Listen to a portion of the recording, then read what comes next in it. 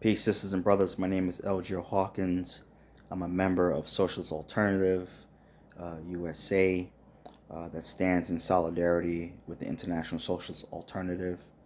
Um, Thank you for having me on Quarantine Capitalism, the online series around this profound pandemic that's affecting the world. Uh, and so here in New York, I'm a surgical tech. I work at a New York hospital in Manhattan. The crisis is profound. Um, the numbers are very staggering from the standpoint of those who have the virus in New York State, which is fast approaching 50,000 here in New York. It is half of that, um, and we have over 500 dead from the coronavirus. Um, this pandemic and its effects in New York really flows from the fact that we've had over 40 years of budget cuts, attacks on social and public spending, and primarily in the field of healthcare. Since 2000, we've had over 21 hospitals closed down, 15 of them in New York City alone since 2003. We had over 73,000 beds in 2000. Um, Now in 2020, we have 53,000 beds. That's a decrease of 20,000 beds. And with that decrease of 20,000 beds, it's a decrease of vital equipment like ventilators, resources, the loss of jobs.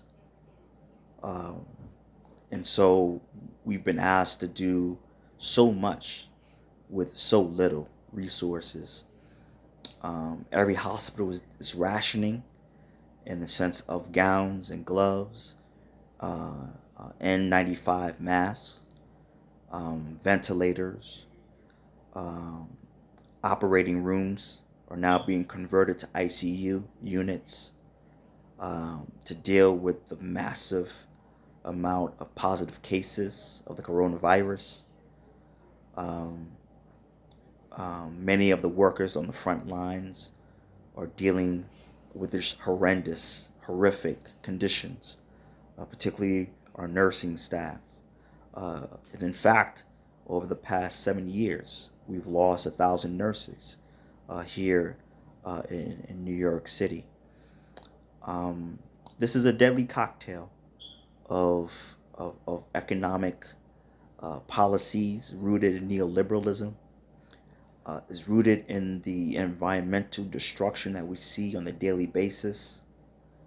Um, and it's due to the fact that there's been an unbridled um, indifference to the everyday living and struggle of ordinary working people, the poor, and the most oppressed in U.S. society.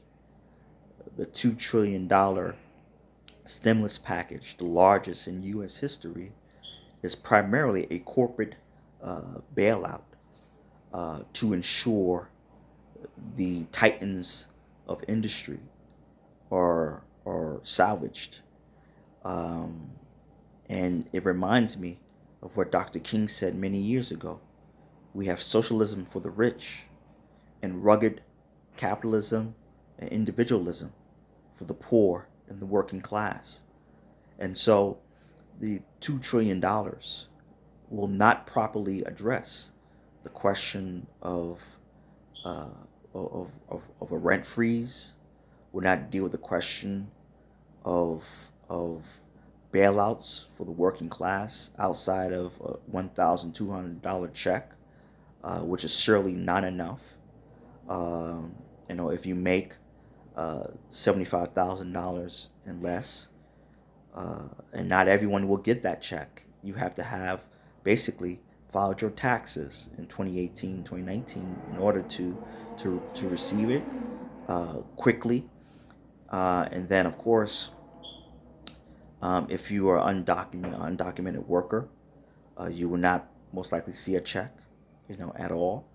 The homeless, and so this coronavirus is really another great example of disaster capitalism. We have already seen that big business, the Trump administration, the two-party system, and its institutions and its representatives are taking advantage of this pandemic to make sure that they fortify their profits, fortify their power and their prestige.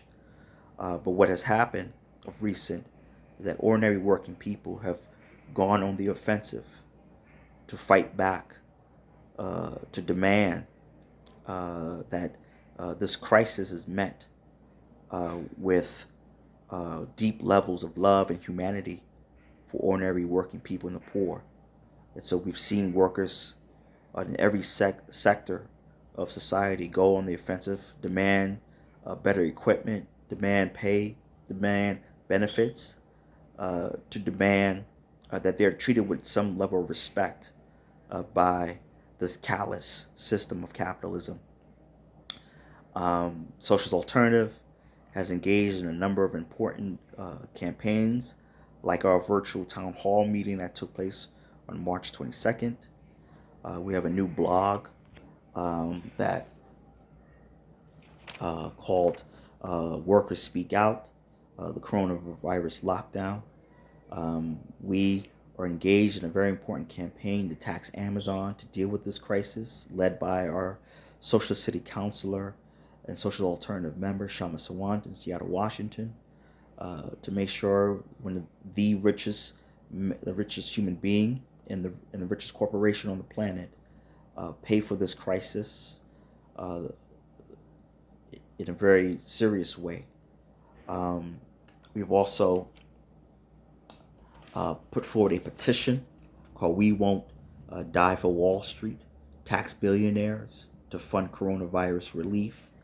And this is rooted in the fact that Trump is attempting to say that we should go back to work by Easter, to go back and basically, once again, to fortify the profit margin of the major corporations that dictate our lives on a daily basis.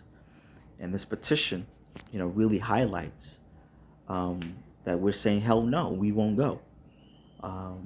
We also put forward a very important coronavirus program that talks about, one, immediate overall health care, establish safe working conditions, full pay for the unemployed, protect people, not profits, a new party for working people, and the construction of a socialist society, which is greatly needed. It's clear that this system cannot even provide the most basic necessities for us in a normal situation, considering, and certainly cannot provide and deal with this crisis head on, particularly as Trump, his administration knew about the tsunami that was coming the way of the United States with this pandemic.